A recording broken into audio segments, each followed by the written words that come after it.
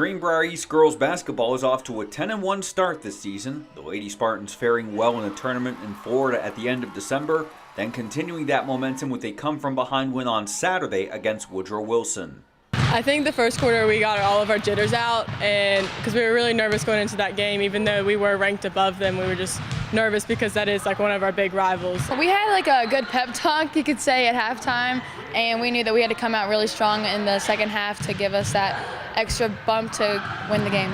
These kids are battlers, and you know, they've got a lot of speed, they're in terrific shape, and we just, they know a lot of stuff. You know, that's one thing that I always try to do is build in an arsenal of stuff. The players say one major reason for their on-court success is due to their camaraderie off the court, and that does have an impact on figuring out which individual is going to have a strong game on any given night.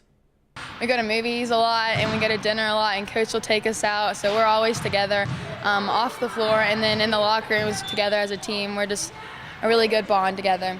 If someone starts hitting their shots, then we just got to keep giving it back to them, and it doesn't matter if that means that they end up with 30 points and you end up with 2, that means that we win the game. That's all that matters to us, so whoever's hot in the game, that's who we get it to the ball to.